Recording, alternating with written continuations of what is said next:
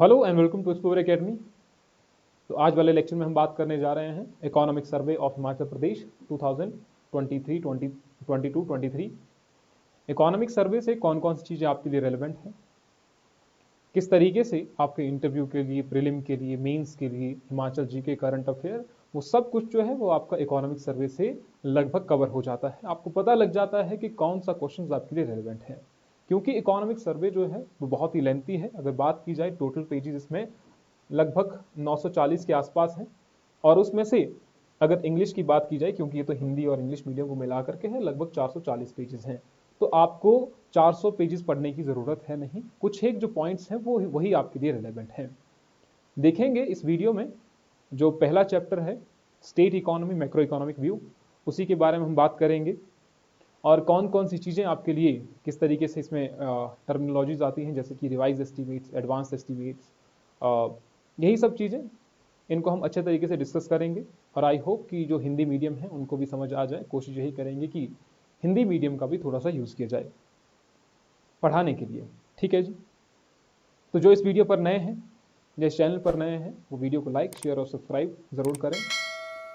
शुरुआत करते हैं इकोनॉमिक सर्वे की। तो government of Himachal Pradesh economic survey 2022-23, economics and statistic department, ये आप जब पीडीएफ ओपन करेंगे, और पीडीएफ आपको ऑफिशियली कहाँ पर मिल सकती है, तो इकोनॉमिक एंड स्टैटिस्टिक्स डिपार्टमेंट की ऑफिशियल वेबसाइट पर आपको ये यहाँ पर देखने को मिल जाती है, इकोनॉमिक्स एंड स्टैटिस्टिक्स डिपार्टमेंट। इस डिपार्टमेंट की शुरुआत होती है 1955-56 में, उसके बाद ये कार्यरत है। और जो भी फाइनेंस से रिलेटेड चीज़ें हैं, जो भी आपको देखना होगा फाइनेंस से रिलेटेड, वह आपको यहाँ पर देखने को मिल जाता है। चाहे आपका बजट हो, इकोनॉमिक सर्वे हो, चाहे सेक्टोरल डिस्ट्रीब्यूशन हो, किस तरीके से सेक्टर वाइज डिस्ट्रीब्यूट्स हैं, तो वो आप यहाँ पर देख सकते हैं। जैसे यहाँ पर लिखा हुआ इकोनॉमिक सर्वे, यहाँ लिखा हुआ बजट, स्टैटिस्टिकल डाटा, तो इस सभी चीज़ों को आप यहाँ पर देख सकते हैं। तो इकोनॉमिक सर्वे की बात की जाए तो उसमें दो पार्ट्स हैं। पहला पार्ट है आपका इकोनॉमिक सर्वे 2022-23, और यही वाला जो पार्ट है आपके एग्जाम के लिए रेलेवेंट है, क्योंकि दूसरे वाले पार्ट में स्टैटिस्टिकल टेबल्स हैं और ये डाटा उतना रेलेवेंट है नहीं, उतना रेलेवेंट नहीं है, लेकिन आपके एग्जाम के लिए थोड़ा बहुत आपको पता होना चाहिए, थोड़ा बहुत ही ज़्यादा नहीं। तो पहले वाले ही जो पार्ट है वहीं पर आपको मिल जाता है गवर्नमेंट स्कीम्स क्या लॉन्च हुई थी प्रीवियस ईयर, क्योंकि इकोनॉमिक सर्वे आपको क्या बता रहा है, इकोनॉमिक सर्वे ये बता रहा है कि जो फाइनेंशियल ईयर चला हुआ है 2022-23 वाला, उसमें आखिरकार गवर्नमेंट ने क्या क्या चीज़ें की, कौन सी स्कीम्स लॉन्च की, कितनी जीडीपी है, जीवीए क्या है, इंडस्ट्रीज़ ने क्या किया, हर एक सेक्टर ने क्या क्या चीज़ें की हैं, किस तरीके की ग्रोथ रही है। तो वही चीज़ें इकोनॉमिक सर्वे आपको बता रहा है कि पिछले ईयर क्या हुआ। और बजट क्या होता है, बजट ये बताता है कि आपको आने वाले फाइनेंशियल ईयर में गवर्नमेंट अब क्या करने जा रही है। गवर्नमेंट ये स्कीम चलाएगी, महिलाओं को ये दिया जाएगा, पुरुषों को ये दिया जाएगा, इंडस्ट्रीज़ को बेनिफिट दिया जाएगा, इतना टैक्स इम्पोज करेगी। तो वो सब चीज़ें जो है वो आपके बजट में पेश की जाती हैं। और बजट भी कब पेश हो रहा है, 17 मार्च, 17 मार्च, आज ही आपका लॉन्च हो रहा है, पेश किया जा रहा है, सॉरी। तो इस तरीके से आपको पार्ट वन के, जो पार्ट वन है बजट का, उसमें आपको 20 चैप्टर देखने को मिल जाते हैं, 20 चैप्टर्स। अब इन 20 चैप्टर्स का आपको सिर्फ ओवरव्यू देखना है कि कौन कौन सी चीज़ें आपके लिए रेलेवेंट है। जैसे कि पहला चैप्टर हो गया जो जनरल रिव्यू दे रहा है इंडियन इकोनॉमी ऑफ और हिमाचल की इकोनॉमी के बारे में, तो ये हमें उतना पढ़ना नहीं है, क्योंकि इंडियन इकोनॉमी के बारे में आपने पढ़ लिया होगा, मान के चल रहे हैं। अगर आपने नहीं पढ़ा होगा तो इसके लिए भी अलग से वीडियो बनाने की कोशिश हम करेंगे। Overview of Himachal Pradesh economy, क्योंकि ओवरव्यू जो है यही सब चीज़ें हम बाद में देखने जा रहे हैं, यही सब चीज़ें तो बाद में बताई गई हैं अच्छे तरीके से, तो क्यों ना फिर शुरुआत यहीं से की जाए जहां पर अच्छे तरीके से बताया गया है चीज़ों को। Second is state economy macro economic view, यही हम आज टॉपिक करने जा रहे हैं, जिसमें आपको स्टेट इकोनॉमी के बारे में दिया गया है, जीएसडीपी के बारे में बताया गया है, पर कैपिटा इनकम कितनी है, सेक्टोरल डिस्ट्रीब्यूशन क्या क्या है। ये चैप्टर हम आज की वीडियो में कवर करने जा रहे हैं। Then we have public finance and taxation, scientific research and innovation, progressive Himachal, banking and institutional finance. Then we have price movement and food management, agriculture and horticulture, animal husbandry, milk production and allied activities. Then we have forestry, environment and water resource management. Then we have industries, power, labor and employment, tourism and transport, education, health, social welfare, rural development and panchayati raj, housing and urban development, information and technology. तो ये पहले वाला जो हिस्सा है state economy, macro economic view, यही थोड़ा सा कॉम्प्लिकेटेड है, और कॉम्प्लिकेटेड भी है और इम्पॉर्टेंट भी है, क्योंकि यहाँ से डायरेक्ट क्वेश्चन पूछे जाते हैं। जैसे मान लीजिए पूछा गया कि हिमाचल प्रदेश की जो इकोनॉमी है वो आखिरकार, हिमाचल प्रदेश की जो पर कैपिटा है वो कितनी है, जीडीपी कितनी है, नॉमिनल जीडीपी कितनी है, रियल जीडीपी कितनी है। तो यही सब चीज़ें आपको एग्जाम में पूछी जाती हैं। तो अगर इकोनॉमिक सर्वे की कुछ एक इंपॉर्टेंट टर्मिनोलॉजी की बात करें तो उसमें आपको लिखा मिलता है एडवांस एस्टीमेट्स, आपको लिखा मिलता है रियल एस्टीमेट्स, यहाँ पर भी first real estimates, first advance estimates, इस तरीके को देखने को मिलते हैं। साथ ही साथ में आपको देखने को मिलता है पर कैपिटा इनकम, जीडीपी, और जीडीपी भी आपको मिलता है देखने को नॉमिनल जीडीपी, नॉमिनल जीडीपी और रियल जीडीपी, रियल जीडीपी। इनमें क्या अंतर होता है, पर कैपिटा इनकम क्या होता है, एडवांस एस्टीमेट्स क्या होता है, एक्चुअल डाटा क्या होता है, एक्चुअल डाटा क्या होता है, फाइनेंशियल ईयर क्या होता है। तो इन छोटी छोटी चीज़ों पर हम बात करते हैं। जब आपको ये पता चल जाएगा उसके बाद आपके लिए इकोनॉमिक सर्वे बहुत इजी हो जाएगा, नहीं तो थोड़ा बहुत डिफिकल्ट हो जाएगा। वहाँ पर लिखा हुआ एडवांस एस्टीमेट्स के मुताबिक जो जीडीपी है वो इतनी है, तो वो कंफ्यूज हो गए फिर कि एडवांस एस्टीमेट्स क्या थे। तो इसी को थोड़ा सा और इजी वे में समझने के लिए आपको पहले ये पता होना चाहिए। जिसको ये पता है तो वो यहाँ से फास्ट फॉरवर्ड भी कर सकते हैं। देखते हैं इनका मतलब क्या है। हमें ये देखना पड़ेगा कि इकोनॉमिक सर्वे जो है, इकोनॉमिक सर्वे कब जारी किया गया या कब पेश किया गया, तो 16 मार्च 2023 को, 16 मार्च 2023 को आपका इकोनॉमिक सर्वे जो है वो पेश हो जाता है। तो इसका मतलब ये कौन से फाइनेंशियल ईयर में हुआ, ये वाला कौन सा फाइनेंशियल ईयर में हुआ। अभी जो फाइनेंशियल ईयर चला हुआ है वो चला हुआ है 1 अप्रैल से लेकर के 31 मार्च 2023। तो क्या देखने को मिल रहा है आपको यहाँ पर 31 मार्च 2023, 31 मार्च, और यहाँ पर कितना है 16 मार्च, यानी कि 14-15 दिन तो रहे, 14-15 दिन अभी तक कंप्लीट होने के लिए रहे हैं, 15 का दिन आप मान लीजिए। और जब बजट भी पेश हो रहा है तो वो 17 तारीख को बजट पेश हो रहा है, तो आप देख लीजिए कि 14 का दिन तब भी रहे हुए हैं, यानी कि ये वाला जो फाइनेंशियल ईयर चला हुआ है अभी तक कंप्लीट नहीं हुआ है। तो प्रीवियस ईयर में क्या क्या चीजें हुई हैं उसके लिए कुछ एस्टिमेट्स भी होंगे, क्योंकि जब एक बजट पेश होता है, बजट बोल रहा हूं मैं, बात हम इकोनॉमिक सर्वे कर रहे हैं वैसे, लेकिन आपको समझना बजट भी है साथ साथ में, क्योंकि बजट में ही ये चीजें आती हैं। देखिए जब एक बजट पेश होता है, नेक्स्ट वाली स्लाइड में लिखता हूं मैं, जब एक बजट पेश होता है तो सिर्फ बजट पेश नहीं होता है, उसमें क्या क्या डाटा होता है। बजट में जो डाटा होता है वो 3 तरीके का होता है। पहला फाइनेंशियल ईयर 2021-22, पहला फाइनेंशियल ईयर। दूसरा फाइनेंशियल ईयर 2022 और 23, और तीसरा आपका फाइनेंशियल ईयर हो गया 2023 और 24। यही आपको देखने को मिलता है। अब देखिए ये जो है 2023 और 24 का फाइनेंशियल, ये कब से शुरू हो रहा है, 1 अप्रैल। कब से शुरू होगा, 1 अप्रैल से शुरू होगा 2023 से, जो अभी आया नहीं है। और ये वाला अभी ऑनगोइंग है, इसे कहते हैं हम ऑनगोइंग फाइनेंशियल ईयर, और इसे कहते हैं हम अपकमिंग फाइनेंशियल ईयर, कि भैया ये तो अभी आने वाला है, ये तो अभी चला हुआ है, और ये जो है ये वो बीत गया है।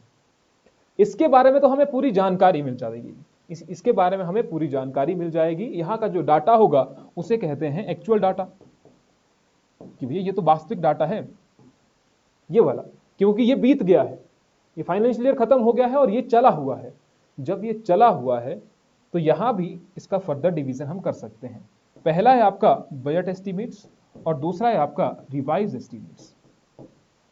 जब फाइनेंशियल ईयर 2022-23 के लिए बजट पेश हुआ होगा तो वहां पर गवर्नमेंट ने कहा होगा कि भैया ये बजट एस्टीमेट्स हैं हमारे, कि बजट में कौन कौन से प्रावधान किए जाएंगे, कि महिलाओं को ये सुविधाएं दी जाएंगी, ये इंडस्ट्रीज के लिए दिया जाएगा, ये कृषि के लिए किया जाएगा। तो यहाँ पर बताया होगा, सेम यहाँ पर भी बताएंगे। अभी बजट में भी यही बताया होगा कि 2022, 23, 24 के लिए हम क्या करने जा रहे हैं। तो वो चीजें यहाँ पर भी बताई होंगी, जरूर बताई होंगी कि हमारी जो गवर्नमेंट है वो क्या करने जा रही है।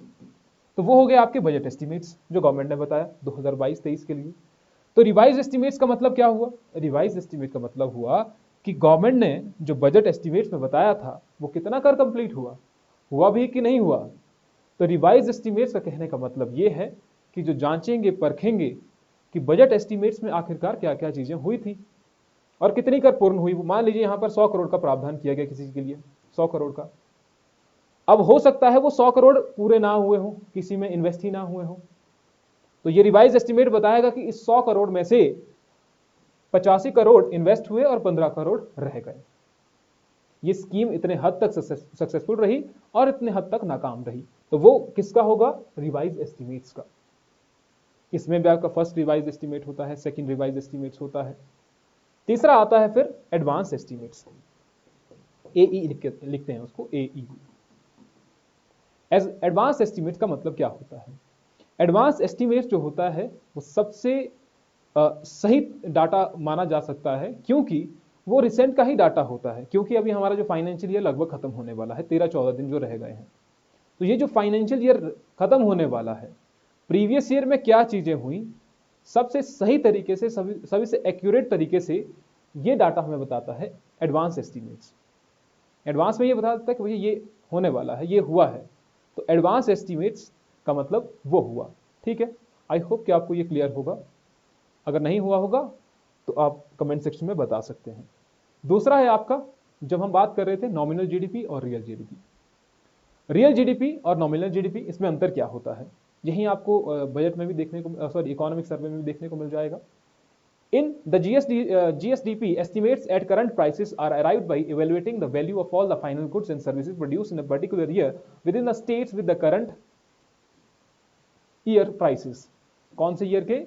करंट ईयर प्राइसेस के। अगर हम बात करते हैं GDP at current prices, GDP at current prices का मतलब होगा कि उसी साल का ही आप देखेंगे, उसी साल का ही।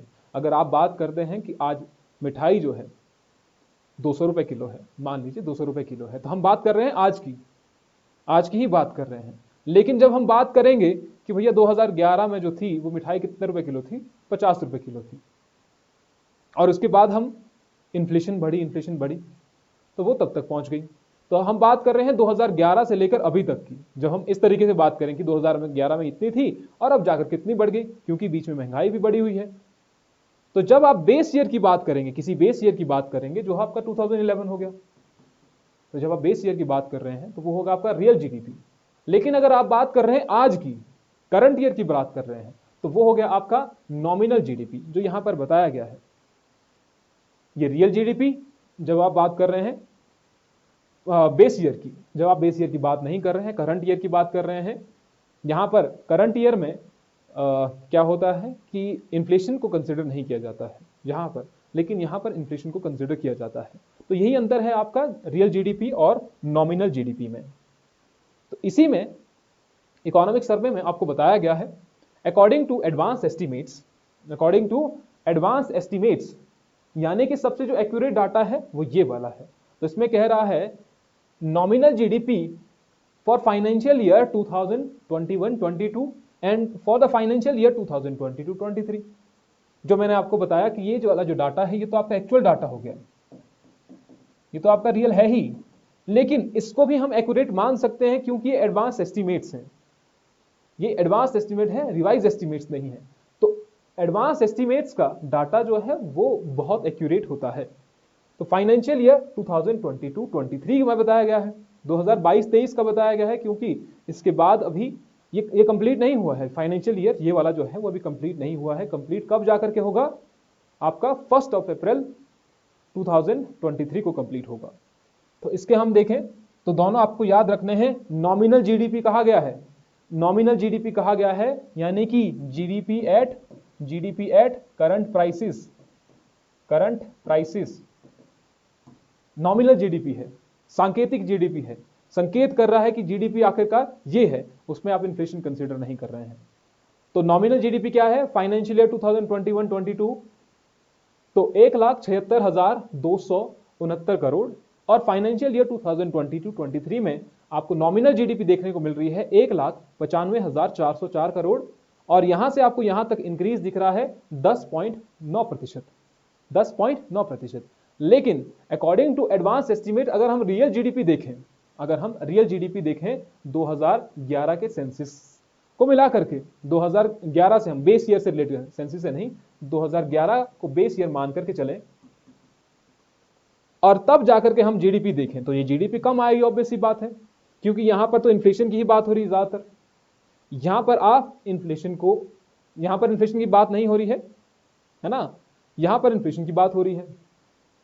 तो फाइनेंशियल ईयर 2021-22 के लिए जो जीडीपी दिख रही है आपको 1,26,433, यहां 76 था, यहां पर आपको 26 दिख रहा है, तो यानी कि कम है। फाइनेंशियल ईयर 2022 और 23 आपको दिख रही है जीडीपी 1,34,576 करोड़, जिसमें आपको इंक्रीज दिख रहा है 6.4 का। तो नॉमिनल जीडीपी 2022-23 की हो गई 1,95,404 करोड़ और रियल जीडीपी 2022-23 की होगी 1,34,576 करोड़। तो ये डाटा आपने याद रखना है 2022-23 का। ये तो आपको सिर्फ समझाने के लिए है कि नॉमिनल जीडीपी 2021-22 की क्या थी, लेकिन आपको याद रखना है ये वाला, ये आपको याद रखना है ये वाला 2022-23 में नॉमिनल जीडीपी क्या है और 2022-23 में रियल जीडीपी क्या है। ये डाटा आप याद रखें। चलिए नेक्स्ट चलते हैं। आई होप कि आपको समझ में आ गया होगा। ये आपको मैप देखने को मिल जाएगा, ये टेबल आपको देखने को मिल जाएगा इकोनॉमिक सर्वे में, जहां पर एक तरफ आपको बताया गया है कि करंट प्राइसेस पर जीडीपी कितनी है। करंट प्राइसेस पर जीडीपी ये है 1,95,404 और कांस्टेंट प्राइसेस पर ये हो गई आपकी। तो ये जो दोनों डाटा है, इन दोनों डाटा को याद रखिएगा। नेक्स्ट वाला जो है वहां पर आपको परसेंटेज बताया गया है कि ग्रोथ रेट कितनी है। तो यहां पर अगर बात की जाए करंट प्राइसेस की तो कितना है 10.9%, और अगर बात की जाए कांस्टेंट प्राइसेस पर यानी कि 2011 को बेस ईयर लेकर के तो कितनी ग्रोथ रेट है, तो वो है 6.4%, जो कि हमने अभी पहले देखा। दूसरा है according to advance estimates per capita income कितनी है। पर कैपिटा प्रति व्यक्ति आय, हिंदी में कहते हैं प्रति व्यक्ति आय। तो प्रति व्यक्ति आय कितनी है फाइनेंशियल ईयर 2021-22, ये वाला एक्चुअल डाटा वही हो गया, तो 2,01,271। और यहां पर फाइनेंशियल ईयर 2022-23 की अगर बात की जाए तो 2,22,227, जिसमें आपको इंक्रीज देखने को मिलता है 10.4% का, 10.4% का इंक्रीज आपको देखने को मिलता है। और ये होता क्या है, ये आखिरकार होता क्या है, तो अगर बात की जाए इसमें भी नॉमिनल होता है, इसमें रियल जीडीपी आपको दिख रहा है। अगर हमें निकालना हो नॉमिनल पर कैपिटा इनकम, नॉमिनल सांकेतिक प्रति व्यक्ति आय, तो यहां पर भी आप सांकेतिक जीडीपी करेंगे और उसके डिवाइड में आप पॉपुलेशन कर देंगे कि पॉपुलेशन कितनी है उस स्टेट की। दूसरा आप रियल पीसीआई, तो real GDP divided by population, real GDP divided by population आप कर देंगे कि वो कितनी है, तो आपके पास रियल पीसीआई आ जाएगी। और अगर आपको पीसीआई निकालना है तो आप देख सकते हैं gross GDP divided by population, यानी कि आपको ऊपर जीडीपी लिखना है, नीचे पॉपुलेशन करनी है। 2011 के सेंसस के अकॉर्डिंग तो 68,64,602 हिमाचल प्रदेश की पॉपुलेशन, इसके ऊपर कर दीजिए जीडीपी जो हिमाचल प्रदेश की जीडीपी है, तो आपके पास पर कैपिटा इनकम यहां से निकल जाएगी। तो पर कैपिटा इनकम जो आपको इकोनॉमिक सर्वे को देखने में मिलती है। तो 2022-23 की बात करें तो पर capita income eight current prices and पर capita income eight nominal prices, ये नॉमिनल जीडीपी नहीं है, ये आपका इंडिया का बताया गया है। पहला है ऑल इंडिया का और दूसरा है हिमाचल प्रदेश का, तो ये हिमाचल प्रदेश का है और ये वाला डाटा जो है वो आपका ऑल इंडिया लेवल का है। तो ऑल इंडिया से आपको देखने को ज्यादा मिल रही है 2,22,227। इंडिया की जो पर कैपिटा इनकम है वो है 1,70,620। हिमाचल प्रदेश की अगर पर कैपिटा इनकम की बात की जाए तो वो है 2,22,227 रुपए है, यहां पर लाख करोड़ नहीं समझ लेना है आपने, ठीक है। Okay, then we have primary sector GVA, primary sector growth. अब ये जीवीए क्या होता है, हमें जीवीए समझना पड़ेगा कि इस जीवीए का अर्थ आखिरकार क्या होता है। हमारे एग्जाम के लिए जीवीए भी बहुत जरूरी है। तो जीवीए का मतलब हुआ ग्रॉस वैल्यू एडेड, यानी कि कहीं पर कुछ वैल्यू ऐड की जा रही है, और ये वैल्यू कौन सी ऐड की जा रही है, हर एक सेक्टर में जितना डिस्ट्रीब्यूशन हुआ है, हर एक सेक्टर में जितना ऐड ऑन हुआ है, वही है आपका जीवीए। जीवीए क्या हुआ, एक होता है जीडीपी और दूसरा हो गया आपका जीवीए। जीडीपी और जीवीए। तो किसी कंट्री की इनकम को मापने के लिए ये दोनों मेथड है कि भैया जो इनकम है भारत की वो लगभग कितनी है, आप जीवीए से कैलकुलेट कीजिए या आपके पास जीडीपी मेथड है। तो जीडीपी में बेसिकली बात होती है वॉल्यूम ऑफ प्रोडक्शन, कि प्रोडक्शन कितना हो रहा है, वॉल्यूम ऑफ प्रोडक्शन, किसी भी चीज का कितना प्रोडक्शन हो रहा है। वो प्रोडक्शन भी कैसा होना चाहिए, वो प्रोडक्शन होना चाहिए final production of goods and services with in a country, वो हो गया आपका जीडीपी। तो वो बात कर रहा है फाइनल गुड्स एंड सर्विसेज की, यानी कि volume of production in the country. लेकिन जीवीए क्या बात करता है, जीवीए बोल रहा है कि वैल्यू एडेड कितनी हुई, हर एक सेक्टर में वैल्यू एड कितनी हुई है। ये वैल्यू एड अप्रोच से चलता है, हर एक सेक्टर में कितनी वैल्यू ऐड की गई है। फॉर एग्जाम्पल अगर मान लीजिए गेहूं के लिए आपके लगे 100 रुपए, जो आपने प्राइमरी सेक्टर में बात की तो वो 100 रुपए लगे मान लीजिए, और फिर जाकर के आप वो गेहूं को ले गए फैक्ट्री में। तो फैक्ट्री में जब आप गेहूं ले गए तो वहां पर प्राइस हो गया मान लीजिए 110 रुपए, तो 10 रुपए यहां पर ऐड हो गए। तो यहां पर कितने ऐड हुए हैं और यहां पर कितने ऐड हो जाएंगे, इस तरीके से। तो ये हो गया आपका प्राइमरी, सेकेंडरी और टर्शरी सेक्टर। और फिर जाकर के आपने वो हो सकता है 200 रुपए में बेचा हो, तो यहाँ पे 150 कर दीजिए, यहाँ पर 150 हो गया और यहाँ पर 200 रुपए हो गया। ये हो गया आपका टर्शरी सेक्टर। यानी कि आपने बाजार में जाकर के वैल्यू ऐड करके उसी गेहूं को कितने में बेच दिया, 200 रुपए में। वो गेहूं नहीं है, अब जाकर के यहाँ पर वो पेस्ट्री बन गई, पेस्ट्री को आपने वहां पर या ब्रेड बन गया, उस ब्रेड को आपने बेच दिया। तो ये कह रहा है कि हर एक सेक्टर में आपने कितना ऐड किया। तो यहां पर आपने 50 रुपए ऐड किया, यहां पर आपने 50 रुपए और ऐड किया। तो ये कह रहा है, जीवीए कह रहा है कि ग्रॉस वैल्यू कितनी ऐड हुई, हर एक सेक्टर में कितनी वैल्यू ऐड होती जा रही है, वो है आपका ग्रॉस वैल्यू एडेड मेथड। अगर मान लीजिए इसका एक फॉर्मूला भी है, हो सकता है वहां से और अच्छे तरीके से समझ जाएं। फॉर्मूला है GDP is equal to GVA plus indirect taxes जो हैं, गवर्नमेंट के टैक्सेस जो हैं, वो taxes earn by government minus subsidies, subsidy कितनी दी गई है। अब क्यों जीवीए अच्छा मेथड है, यहां से आपको क्लियर पता लग जाएगा। मान लीजिए जीडीपी 100 रुपए है, या जीडीपी यहां से निकल जाएगी। मान लीजिए जीवीए जो है वो 100 रुपए है, और उसके आगे आपने क्या कर दिया, कुछ इसमें इनडायरेक्ट टैक्सेस जोड़ दिए, मान लीजिए मैंने यहां पर 50 रुपए इनडायरेक्ट टैक्स जोड़ दिए, माइनस यहां पर सब्सिडी कर दिया, मान लीजिए 20 रुपए की सब्सिडी है। तो आपके पास जीडीपी क्या निकल के आई, 100 प्लस 50 150, और माइनस आपने 20 रुपए कर दिए, तो आपके पास 130 रुपए जीडीपी आ गई। जीडीपी किस पे डिपेंड कर रही है यहां पर, तो जीडीपी आपकी डिपेंड करती है कि आप टैक्सेस अर्न बाय गवर्नमेंट ने मान लीजिए टैक्सेस ज्यादा अर्न कर लिए, ज्यादा टैक्सेस इंपोज कर दिए। तो अगर यही वैल्यू यहां पर 100 हो जाए तो यहां पर भी 100 हो गया, माइनस 20 हो गया, और यहां पर आपके पास वैल्यू कितनी आ गई, 100, 200 में से 80 माइनस कर दिए, तो आपके पास वैल्यू आ जाएगी 180 रुपए। 200 में से 20 रुपए आपने माइनस कर दिए, तो 180 रुपए जो आए, आपने कुछ नहीं किया, जीवीए भी नहीं बढ़ा और सब्सिडी उतनी थी, आपने सिर्फ टैक्स ज्यादा कर दिया। तो यहां पर जो जीडीपी की वृद्धि हुई है वो किस वजह से हुई है, वो टैक्सेस की वजह से हुई है, क्योंकि जीवीए तो उतना ही है।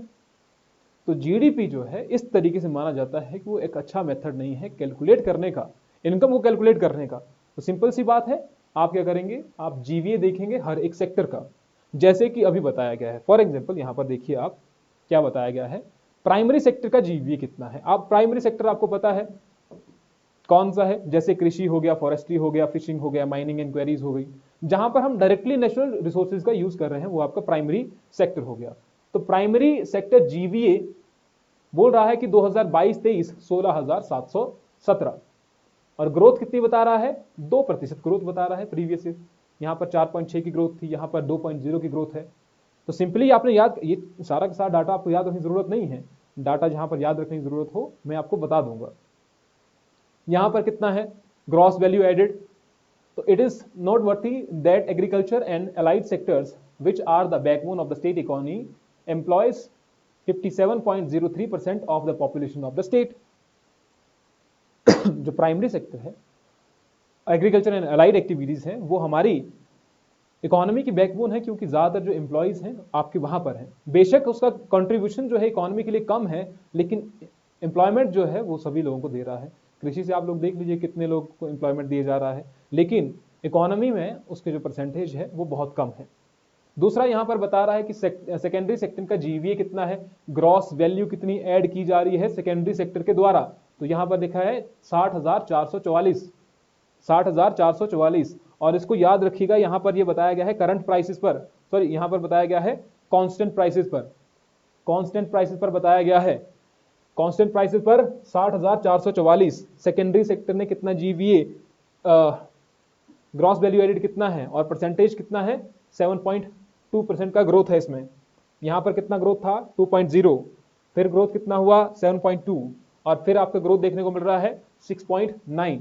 और ये कौन सा सेक्टर है, ये आपका टर्शरी सेक्टर और सर्विस सेक्टर, सर्विस सेक्टर। तो सर्विस सेक्टर ने ग्रॉस वैल्यू ऐड कितनी की, 49,527। डाटा याद मत रखिए, लेकिन समझने के लिए इसको याद रख लीजिए।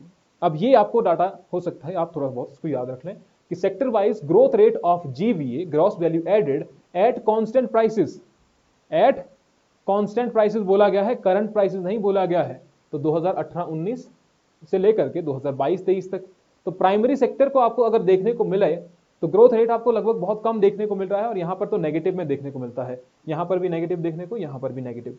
और ये क्यों नेगेटिव है, क्योंकि अभी क्या था, कोविड के दौरान सबका जो ग्रोथ रेट था वो नेगेटिव में चला हुआ था। उसके बाद आपको थोड़ा बहुत परसेंटेज देखने को मिल रहा है कि हाँ चेंजेस हो रहे हैं, ग्रोथ रेट हो रही है, लेकिन सबसे कम किसमें हो रहा है, प्राइमरी सेक्टर में। यहां से मेंस के लिए भी क्वेश्चन बन सकता है जो आने वाला एग्जाम है, कि प्राइमरी सेक्टर का जो कंट्रीब्यूशन है वो इतना है, लेकिन फिर भी अगर देखा जाए एम्प्लॉयमेंट के लिए इतना है, लेकिन ग्रोथ रेट या कहें हम इकोनॉमी के लिए जो उसका कंट्रीब्यूशन है वो बहुत कम है। और अभी रिसेंटली क्वेश्चन आया हुआ था एचईएस में, आई थिंक एचईएस में या नायब तहसीलदार में, वहां बताया गया कि problem faced by tertiary sector, तो कौन कौन सी हैं वो, इस तरीके से क्वेश्चन पूछे जा सकते हैं। We have sectoral composition of GSVA at current prices. तो करंट प्राइसेस पर यहां पर क्या है, करंट, क्योंकि प्रीवियसली अगर हमने देखा था वहां पर तो वो कांस्टेंट प्राइसेस पर थे, ये बोल रहा है जीएसवी है, gross state value added. GVA आखिर कितना है, तो यहां पर अगर देखने को आपको मिलेगा, ये प्राइमरी सेक्टर आपको देखने को मिल रहा है, तो 13.7, 13.4, 14.2, 15.7, 13.1, 2018 से लेकर 23 तक अगर देखने को मिलेगा आपको, तो प्राइमरी सेक्टर में उतना देखने को मिल रहा है, ग्रोथ आपको देखने को नहीं मिल रहा है। बाकियों में हो सकता है थोड़ा बहुत देखने को मिले, लेकिन यहां पर बहुत कम देखने को मिल रहा है, जबकि यहां पर आपको ग्रोथ चाहिए था, ग्रोथ भी चाहिए यहां पर 14.7%। यहां से क्वेश्चन आ सकता है कि जीवीए अगर सेक्टर वाइज देखा जाए, eight current prices, GVA at current prices of different sectors. याद रखिएगा, ये याद रखना है कि 2022-23 में जो प्राइमरी सेक्टर था उससे जीवीए कितना हुआ, 13.7, then we have 42.7%, then we have 43.6%। तो तीनों को ये याद रखना इंपॉर्टेंट है। Next we have sector wise contribution of GVA at current prices या current values.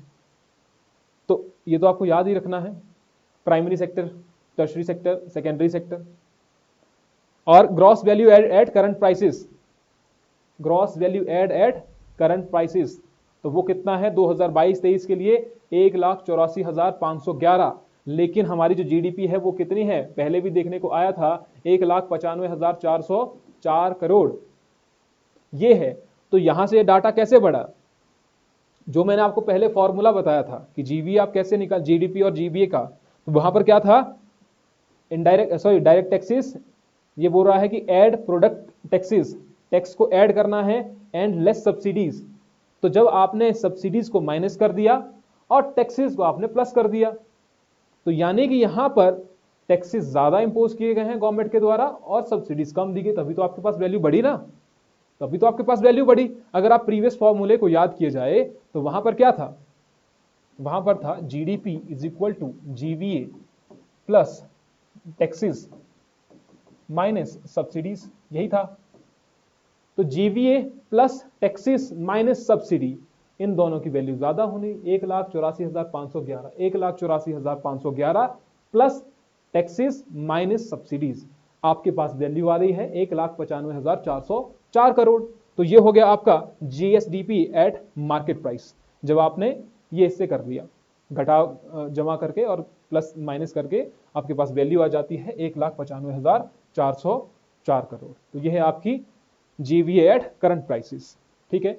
Then we have share of defense sector in gross value added and employment in Himachal Pradesh. ये भी याद रखिएगा, प्राइमरी सेक्टर का जॉब में कितना contribution है और सेकेंडरी सेक्टर का। तो प्राइमरी सेक्टर का कंट्रीब्यूशन जो जॉब में है, gross value added and employment, तो वो है 45.79। सेकेंडरी सेक्टर का है 24.55। टर्शरी सेक्टर का है 39.66। बहुत इंपॉर्टेंट डाटा है, बहुत ही इंपॉर्टेंट डाटा है। Share in employment in Himachal Pradesh, अच्छा ये इंडिया का है, सॉरी, हिमाचल प्रदेश का यहाँ पर है 57.23, 19.92 और 22.85। तो ये हो गया शेयर इन एम्प्लॉयमेंट और ये हो गया आपका शेयर इन जीवीए। एक तरफ भारत का दिया गया है और एक तरफ इंडिया का दिया गया है। तो इंडिया का हमने देखा जीवीए का शेयर कितना है 13.36, यहाँ पर 43.07, यहाँ पर 43.55। और भारत का अगर देखा जाए जीवीए में शेयर कितना है तो यहाँ पर है 21.005, देन वी हैव 26.29 और फिर आपका 22.66। तो इस डाटा को पूरे याद रखिएगा कि कौन से सेक्टर कौन कितनी परसेंटेज में एम्प्लॉयमेंट दे रहा है। Then we have gross value product of gross domestic product of Himachal Pradesh and India. तो ये बोल रहा है अब जीडीपी के बारे में 2011-12 to 2022-23 at constant and current prices, और साथ साथ में यहां पर ग्रोथ रेट भी बता रहा है।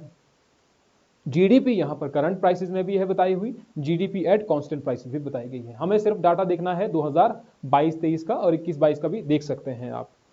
तो ये हो गया आपका 2022-23। GSDP eight current prices 1,95,404 crore जो हमने अभी देखा, 1,95,404 करोड़ ये हमने अभी देखा। ग्रोथ बोल रहा है 10.9 की, जो हमने स्टार्टिंग में देखा था, देख लीजिएगा स्टार्टिंग वाली जो स्लाइड थी। ये बोल रहा है जीएसडीपी एट कांस्टेंट प्राइसेस। तो कांस्टेंट प्राइसेस पर देखें, स्टार्टिंग में ही हमने ये डाटा देखा था 1,34,576 जो स्टार्टिंग था। ग्रोथ रेट बोल रहा है 6.4 की, पहले ही हमने देख लिया ये। और ये बता रहा है भारत का डाटा। अगर आपने भारत का पढ़ा होगा कि जीडीपी कितनी है, तो जीडीपी एट कांस्टेंट प्राइसेस 2,73,07,751। फिर आपकी ग्रोथ रेट कितनी है 15.4%।